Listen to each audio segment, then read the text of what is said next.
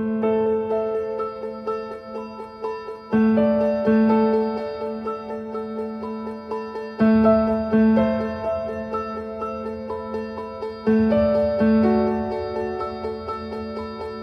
country of Brazil has no words to describe it. It hosts one of the best F1 Grand Prix of the year, its festivals are something special, and you get robbed whenever you're in traffic. But it does also have the Inhambi Sambadrome, which has one of those brilliant festivals. It also hosts the opening round of Formula E in Season 12, or, for its full name, the 2025-26 ABB FIA Formula E World Championship Google Drive Sao Paulo E Prix. Rolls right off the tongue, doesn't it?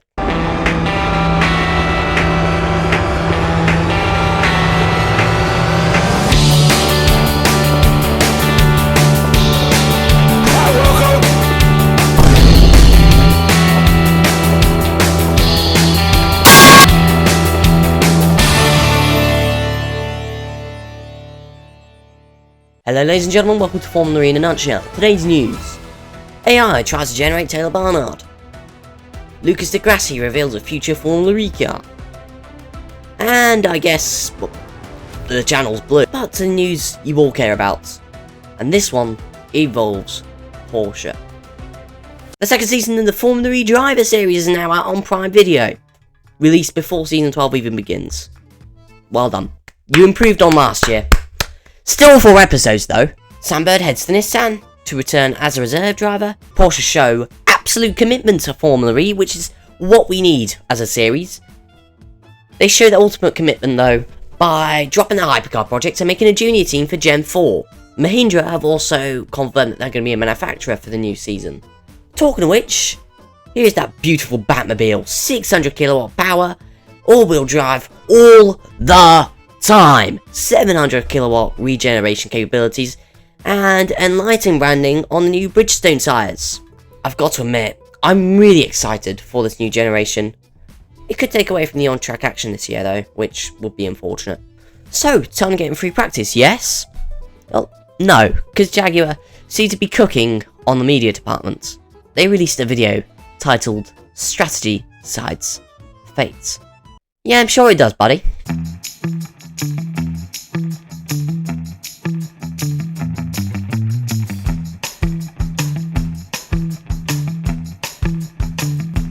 Formula E opened the weekend with an announcement of the broadcasting for Season 12, and they have Sam Bird there, because that totally isn't a conflict of interest whatsoever. So we all geared up and got ready for FP1 before it was then delayed again for Formula E reasons. Oliver Renault was hoping for a good session, and to have a clean start to the season after receiving a 3-place grid penalty from London. So after the YouTube chat decided that Zayn Maloney died, an hour into the delays, Formula E decided to finally save us and cancel the session. This means that the only free practice session will come 1 hour before qualifying, so keeping clean is crucial. Now here's why I hoped someone would bin it into the wall, but since that didn't happen, I guess we'll just awkwardly move on. Lucas Di Grassi said that he was rather confident heading into Saturday. So confident that he thought he could crawl into the pits. Felipe saw that he was about to hit the inside wall, so he practiced his I messed up line. But I like what Tom Brooks called it. Goes for the slightly wider line through there. Robert Sattler became Fairline's race engineer this weekend. The number 94 showing just how the team does it by going P1 up by the session's end. Pepe Marti wasn't having quite a good time in his number 3, cutting the first corner to M3 practice P19. Meanwhile, Zayn Maloney's being stripped and his face is in, probably because he's dead, according to the YouTube chat at least. AI generated captions for Fairline's team radio assumes that Druvic was behind him. So that's what he will be called for the rest of the video.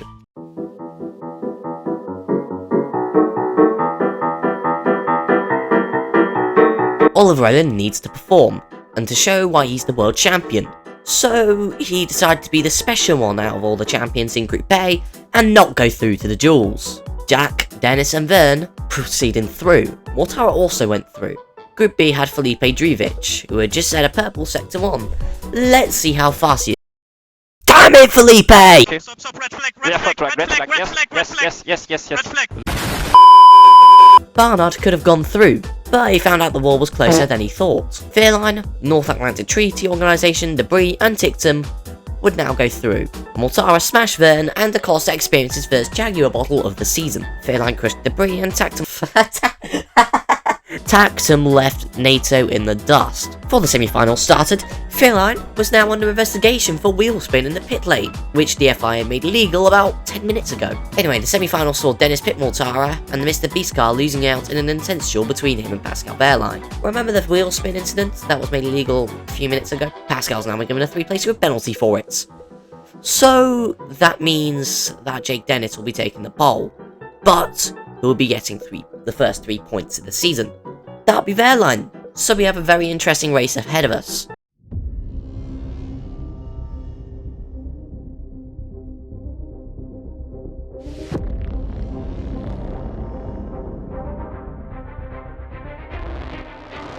The season began with Debris getting wheel spin off the line and... oh god, do you hear that?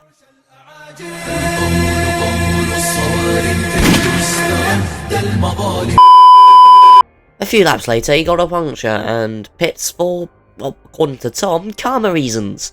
Highlights cut straight to lap 14, which probably means it's a good race. Now, Roller has hit Mitch Evans. This allows Taylor Barnard to have his through goes Hamilton moment. Halfway stage now, and Jake Dennis and Pascal Wehrlein are looking the best, as Marty is now legitimately up in the top 5. Let's hope we don't flip that around at the end of the race. NATO and Roller have now collided at 6. So, yeah, there goes Norman's race. The race has started to slow down, so now it's time for Nick Cassidy to make his way up the order for absolutely no reason whatsoever, and for AI to continue spewing bull. Mortara then gets taken out, this time by Degrassi. It's rare seeing the Mahindras as a victim in an accident, so the FIA compensated with whipping out a safety car, which means that Andretti are in the best position. They haven't activated their final attack yet.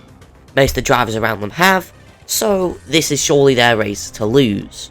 So the safety car comes in and AI decides that Nick Cassidy's now the guy to watch. 32% chance of winning the race.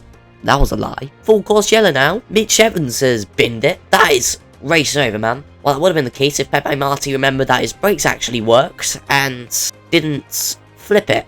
Anyway, thanks Pepe, I've got a thumbnail now. This will now be a one-lap shootout for the winner of the season opener. That's going to be really, really thrilling. Hey, if I don't mention that it was a red flag, maybe they'll just ignore it. Wait, no! Okay. Stop, red flag, red flag, yes. Red flag. With a one-lap shootout, it turned out to be quite boring. Dennis would hold on to take his first win since 2024, as Formula failed to make a functional timing tower, while he made a great comeback from 13th to 2nd, and Cassidy came from 15th to 3rd. Truly a remarkable race, and if this is the precedent for the season, then I'm so excited. Hey, Zane Maloney is okay. He didn't die, he got his first point. Sure, that was because Druovic used a secret tactic called overtaking under the full course yellow, and got a penalty for it. Then again, Pepe got away with this double overtake.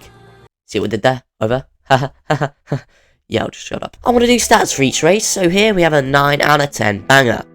The race started off a bit slow, even though there was that massive crash at turn 1 between Mahindra, but it came to a chaotic climax. Driver of the race must go to Nick Cassidy for his impeccable attack strategy, and for the moment, well, the very start of the race. Good job, Nick. Anyway, I'm preparing some special treats for Christmas, so like, subscribe, hype, or whatever the heck YouTubers do nowadays. And until next time, it's goodbye.